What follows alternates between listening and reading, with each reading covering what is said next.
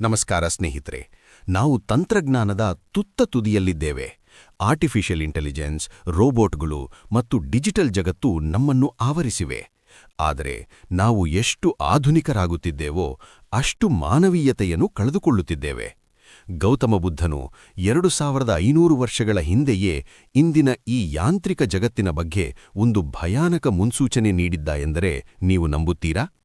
ಆ ಭವಿಷ್ಯವಾಣಿ ಏನು ಮತ್ತು ನಾವು ನಾಶದತ್ತ ಹೋಗುತ್ತಿದ್ದೇವಾ? ತಿಳಿಯೋಣ ಬನ್ನಿ. ಒಮ್ಮೆ ಬುದ್ಧ ತನ್ನ ಶಿಷ್ಯ ಆನಂದನ ಜೊತೆ ಕುಳಿತಿದ್ದಾಗ ಆನಂದ ಕೇಳಿದ, ಮಹಾತ್ಮರೇ, ಮುಂದೆ ಒಂದು ಕಾಲ ಬರುತ್ತದೆ, ಅಲ್ಲಿ ಮನುಷ್ಯನಿಗೆ ಎಲ್ಲವೂ ಸುಲಭವಾಗಿ ಸಿಗುತ್ತದೆ. ಆಗ ಧರ್ಮದ ಗತಿಯೇನು? ಬುದ್ಧ ಶೂನ್ಯದತ್ತ ನೋಡುತ್ತಾ ಹೇಳಿದ್ರು, ಆನಂದ, ಮುಂದೆ ಅಂತಹ ಒಂದು ಕಾಲ ಬರುತ್ತದೆ, ಅಲ್ಲಿ ಮನುಷ್ಯನ ಬುದ್ಧಿವಂತಿಕೆ ಹೆಚ್ಚುತ್ತದೆ, ಆದರೆ ವಿವೇಕ ಸತ್ತು ಹೋಗುತ್ತದೆ. ಮನುಷ್ಯ ಕಲ್ಲಿನ ವಿಗ್ರಹಗಳಿಗೆ ಪ್ರಾಣ ತುಂಬಲು ಪ್ರಯತ್ನಿಸುತ್ತಾನೆ, ಇಂದಿನ ಎಐ ಮತ್ತು ರೋಬೋಟ್ಗಳು, ಆದರೆ ತನ್ನ ಪಕ್ಕದಲ್ಲಿರುವ ಜೀವಂತ ಮನುಷ್ಯನ ನೋವು ಅವನಿಗೆ ಅರ್ಥವಾಗುವುದಿಲ್ಲ.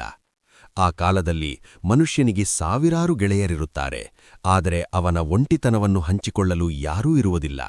ಅವನು ಒಂದು ಬೆರಳ ತುದಿಯಲ್ಲಿ ಇಡೀ ಜಗತ್ತನ್ನು ನೋಡುತ್ತಾನೆ, ಆದರೆ ತನ್ನ ಆತ್ಮವನ್ನೇ ಮರೆತು ಹೋಗುತ್ತಾನೆ. ಅದುವೇ ಮನುಕುಲದ ಮಹಾಪತನದ ಆರಂಭ. ಸ್ನೇಹಿತರೆ, ಇವತ್ತು ನಾವು ಎಲ್ಲಿಗೆ ಬಂದು ನಿಂತಿದ್ದೇವೆ ನೋಡಿ. ನಮ್ಮ ಭಾವನೆಗಳಿಗಿಂತ ಸ್ಕ್ರೀನ್ ಮೇಲೆ ಬರುವ ಲೈಕ್ಗಳು ಮತ್ತು ಕಾಮೆಂಟ್ಗಳು ಮುಖ್ಯವಾಗಿವೆ. ಬುದ್ಧ ಅಂದು ಹೇಳಿದ ಕಲ್ಲಿನ ವಿಗ್ರಹದ ಮನುಷ್ಯ ಇವತ್ತು ಸತ್ಯವಾಗುತ್ತಿದೆ. ನಾವು ಯಂತ್ರಗಳ ಗುಲಾಮರಾಗುತ್ತಿದ್ದೇವೆ. ಬುದ್ಧ ಅಂದೇ ಎಚ್ಚರಿಸಿದ್ರು, ಯಾವಾಗ ಉಪಕರಣಗಳು ಮನುಷ್ಯನಿಗಿಂತ ಬೆಲೆಬಾಳುವಂತಾಗುತ್ತವೆಯೋ ಅಲ್ಲಿ ಮನುಷ್ಯನ ಮೌಲ್ಯ ಶೂನ್ಯವಾಗುತ್ತದೆ. ನಾವು ಪ್ರಕೃತಿಯಿಂದ ದೂರವಾಗುತ್ತಿದ್ದೇವೆ, ಪ್ರೀತಿಯಿಂದ ದೂರವಾಗುತ್ತಿದ್ದೇವೆ.